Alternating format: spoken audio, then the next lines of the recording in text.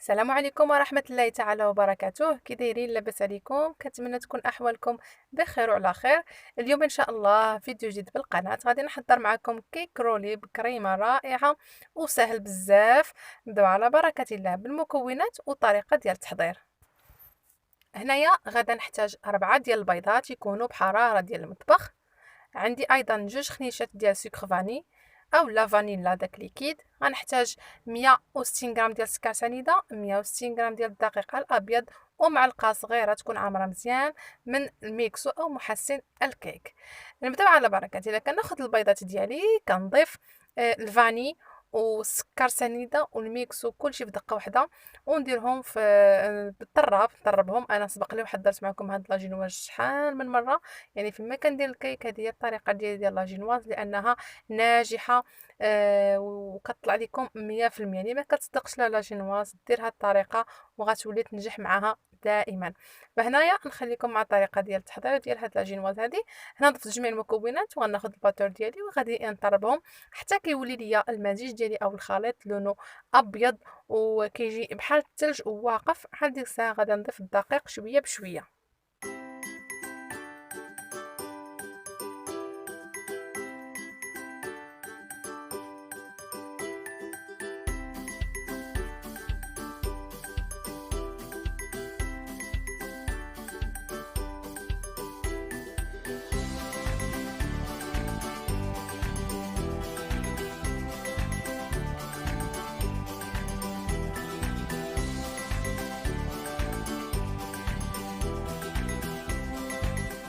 فمن بعد ما طلعت البيض ديالي مع المكونات اللي سبق لي ذكرت في البدايه ديال لا فيديو، دابا غادا نضيف الدقيق ديالي. غادا نضيفو على 3 ديال المراحل، يعني شويه بشويه، وانا كندخل فيه بشويه، يعني من التحت للفوق باش ما نهرسش داك البيض ديالي وتنزل ليا لاجينواز.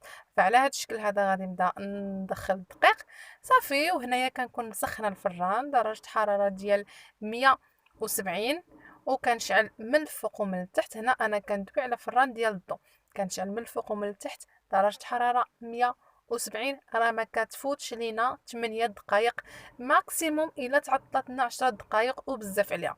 يعني 8 دقائق بركه، لانه غادي نلويوها ما خصهاش تنشف لينا في الفران. بالنسبه للفران ديال الغاز غادي نسخنو واحد شويه في الاول، غير شويه، والعافيه تكون مهيله يعني ناقصه، ونشعل غير من التحت. غير نبدا نشم ريحه لاجينواز في الدار، وبدا كيتبدل اللون. صافي نشعل من الفوق، تحمرنا واحد شويه وصافي. وما نعطلوهاش كيف ما قلت لكم 8 دقائق الى تعطلات 10 دقائق، لانها غنديروها في الطاوه وكتكون رقيقه، راه ما كتاخذش الطياب بزاف. فهانتوما على هذا الشكل هذا خديت الطاوه ديالي، ضفت شويه من داك الخليط في التحت من الورق ديال اللي درت في الطاوه، غير باش ما تبقاش تهرب ليا داك ورق ديال الطاوه، ما يبقاش يهرب ليا من كون كندير لاجينواز ديالي. صافي انا غنسرحها ونقادها بهذا الشكل هذا. نحاول ما نضغطش عليها باش ما نطيحش لاجينواز ديالي، بشويه وبالخاطر. وهاد الحلويات هادو راه كيبغيو شويه ديال الخاطر، واش راه ساهلين بلا ما تعقدوا منهم، راه ساهلين بزاف، ما فيهمش بزاف د المكونات. وهاد لاجينواز هادي راها اقتصاديه، والكيك رولي كامل هذا راه اقتصادي بزاف. فصافي غنستمر وغادي ندخلها الفران ونرجع معكم ملي طيب.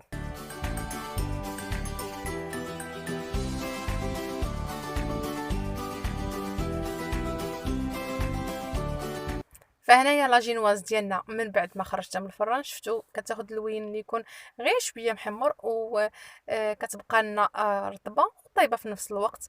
هنا غادي نزولها من الطاوه وهي مازال سخونه، ما نخليهاش تبرد. ما نلويش الكيك ديالي وهو بارد، يعني الا برد غتبقى تكسر معكم، ما تنجحش معكم. من الافضل الكيك باقي سخون نخدم عليه وهو سخون. كناخذ ورقه واحده اخرى ديال ورق الطبخ، وكنديرو من الفوق ديال الطاوه ونقلبها، ونحاول نزول هذاك التحتاني اللي كيكون عليه شطابت الجينواز ديالنا بهذا الشكل هذا. فراه الفيديو موضح راسو كيبين لكم الطريقه ديال كيفاش غادي نلوي هاد لاجينواز ديالي. فهنايا ما حدها باقا سخونه، صافي زولت ليها داك بابي سوفي غيزي الاخر، وغادي نطويها دابا نلويها بهذا الشكل هذا. كنعاود نرجع ليها الاخر باش ما تلصقش ليا. بهاد الطريقة هادي صافي كتلوى معانا وما كتهرس ما كتشقق ما حتى حاجة، كتجي رائعة. وجربوها بهاد الطريقة وبهاد المقادير اللي عطيتكم وان شاء الله تنجح معاكم. شفتوا صافي هنا راه خدات لا فورم اللي بغيت. نخليها واحد شويه بحال هكا وصافي وغادي نطلقها. هنا غادي نخلي لاجينواز ديالي تبرد تماما، عاد غادي نجي باش ندير الكريمه. فهاد الوقت اللي غتكون لاجينواز ديالي كتبرد غنحضر معكم كريمه اللي سهله بزاف واقتصاديه وكتجي لذيذه لذيذه بزاف. فبقاو معايا. المكونات ديال هاد الكريمه، هنايا عندي 250 غرام ديال الكريمه، هنايا عندي جبن ماسكربون، وعندي سكر فاني والسكر سنيده. الا كانت الكريمه حلوه ما ديروش السكر، كانت الكريمه يعني ما فيهاش السكر ديروا 2 معالق. هنايا عندي لي بيبيت او شوكولا، وهنايا صلصه ديال الشوكولا اللي سبق لي وحضرتها معكم. غنخلي لكم لو ليان ديال لا فيديو ديالها في صندوق الوصف. هنايا انا استعملت جبن ماسك موجود عندي، كانت عندي واحد لاباط ديجا انا بديت فيها، يعني خصني نحيدها ليا. نورمالمون الا بغيتو ما تستعملوهاش ما ديروهاش، بغيتو تعوضوا هاد الجبن ماسكربون ديروا غير 3 ديال فرماجات مربعات كيري مع الكريمه، راها كتجي بحال الا درتو الماسكربون، راها كتجي لذيذه بزاف وكتجي الكريمه ديالنا عاقده ولذيذه. فهنايا كنطرب شويه داك الجبن غير باش يتطلق لينا، لانه كيكون قاصح ودابا مع البرد كيكون شويه جامد. فغادي نطلقوه شويه بالباطور، عاد غادا نضيف الكريمه ديالي، وفي نفس الوقت غادا نبدا نضيف السكر سنيده على هذا الشكل هذا، وايضا الفانيلا اللي ضفت في البدايه. غادي نخلط كلشي حتى كطلع ليا الكريمه، ونجي باش نسقي الجينواز. لاجينواز ديالي هنايا سقيتها بمناضه. كتجي لاجينواز زوينه ملي كنسقيوها بالمناضه. هنا درت شويه بسيترون. صافي كنسقي لاجينواز ديالنا باش تعرفوا لاجينواز ديالكم ناجحه 100%. كنخوي عليها السيرو كتشرب سيغ بلاص، ما كيبقاش داك الماء معزول. كنسقيها كتشرب صافي كتعرفوها ناجحه. وما نسقيهاش بزاف باش ما تجينيش فاسكه. هنا صافي غادا نجي باش ندير الكريمه ديالي. ندهن لاجينواز ديالي كامله بالكريمه، وغادي ندير من الفوق شويه ديال لي بيبيت او شوكولا باش تعطيني شويه ديال الكروسيو من الداخل ديال الكيك رولي ديالي. وصافي ونلويها ونخليكم على فيديو باش تشوفوا الطريقه ديال التزيين. هنايا مني نلويها نديرها شويه في الثلاجه تبرد وعاد نزوقها.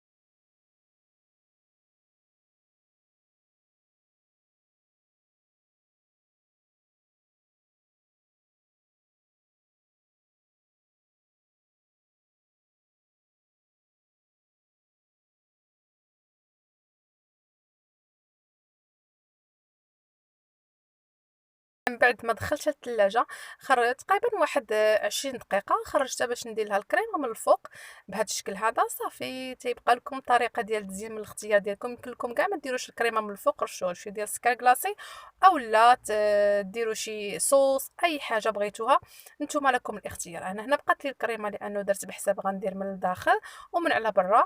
كندير الكريمة ديالي كاملة في الكيك وكنحاول نقاد. انا ماشي مشكل طريقة عشوائية لانه غادي ندير بالفورشيط، غادي نزوقها بالفورشيط. وكيف ما سبق لي وقلت لكم ان الطريقه ديال التزيين كتبقى من الاختيار ديالكم. انا سبحان الله حتى كنبغي نزوق عاد تيطيح عليا شنو، ما كنكونش مخططه ان مثلا هاد الكيك هذا غنزوقو بهادي ولا هادي، حتى كنبغي نزوق الكيك عاد تيطيحوا عليا الافكار. فكل واحد وليه الاختيار.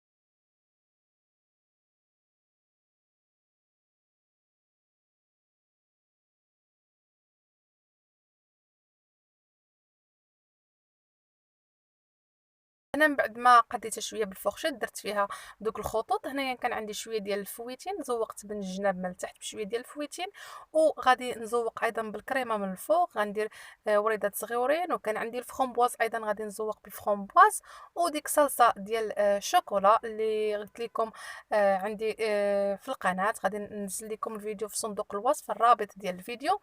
صافي غنستمر في التزيين وخليكم على فيديو باش تشوفوا الشكل النهائي.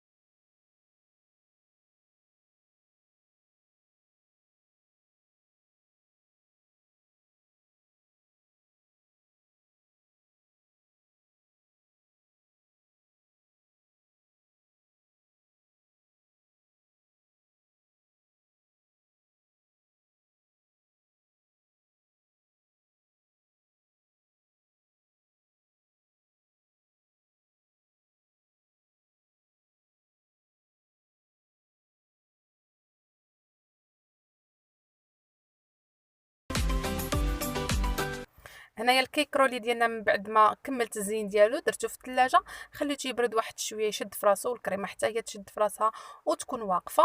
دابا خرجتها، غادي نحيد هذوك الجناب، نحيدهم باش يبقى المنظر زويون، ونقدمها لكم في طبق ديال التقديم وبالصحه والراحه. لا جينواز ديالنا ديال اليوم كانت على هذا الشكل هذا. كنتمنى الوصفه ديال اليوم تكون نال الاستحسان ديالكم وتعجبكم، وتجربوا الطريقه ديالي، وتجربوا لا جينواز اللي كتجي ناجحه، وايضا الكريمه اللي رائعه ولذيذه بزاف.